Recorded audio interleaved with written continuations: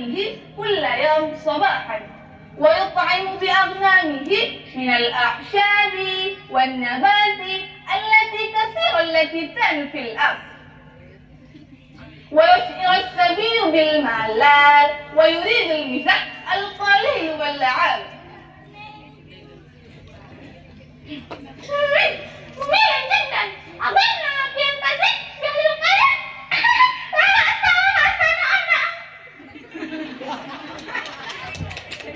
لذلك بدأ باستراح أهل القرية. ساعدني أهل القرية، هناك الذئب، أهل القرية هناك الذئب. ثم خرج أهل القرية فسرعا إلى مروان، ولكن للأسف الشديد عندما وصل إلى مروان ويشعر التعجب إلى مروان.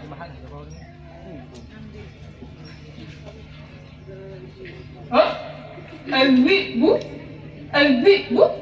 أين هيا بنا ننظر. أين الذئب يا مروان؟ أين؟ أهل القرية لا يأتيه الذئب ولا يأتيه الناس. أهل القرية أنا أمسحكم قد.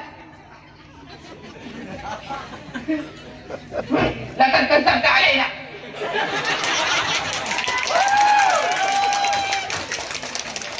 ثم فرح مروان إلى فعله، ثم يكرر السيئة مرة أخرى.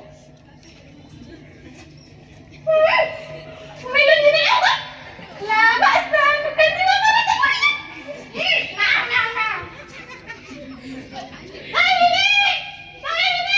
ساعدني أهل القرية، هناك الذئب. أهل القرية هناك الذئب.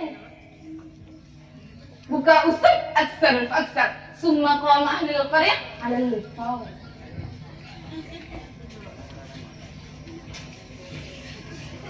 الذئب أين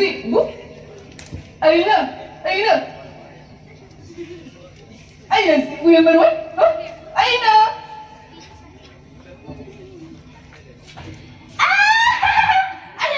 أهل القرية. لا تكن حجتنا مرة أخرى.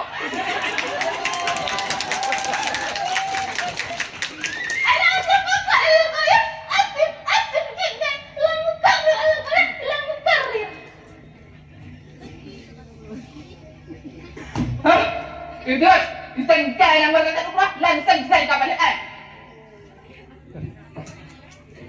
ثم ذهب مروان وبخيبة عامل، وفي يوم من الأيام والراعي في الملأ الأغنام ويطعم بأغنامه كل يوم صباحا.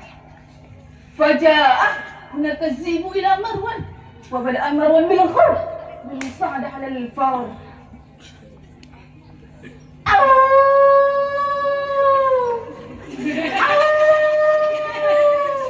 وإلى الأغنام.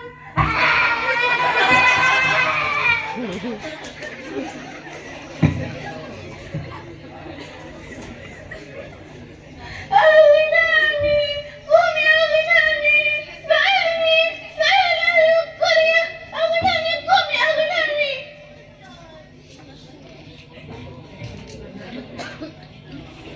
صوته مروان. الذئب أيضا الذئب. لماذا مروان؟ ما هذا كل شيء؟ ما هذا؟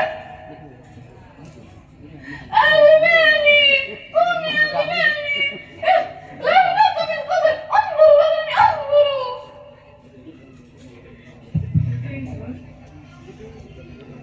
هذا عاقبة الكذب أيها الراعي، فإن كان لم تهددنا من قبل لأكنا استعرضت على الفور، فالكذب نهاية سيئة مرة أخرى. أغنامي قوم يا أغنامي. أسف على القرية لا تكرر. والآخر ندم إلى فعله ونام وبالمساعدة على الفور. نتعلم في هذه القصة إذا كنا مبتدئ الكذب حتى لو كل الحقيقة لا يصدق الناس بعد الآن، لأن الكذب يضر النفس والآخرين.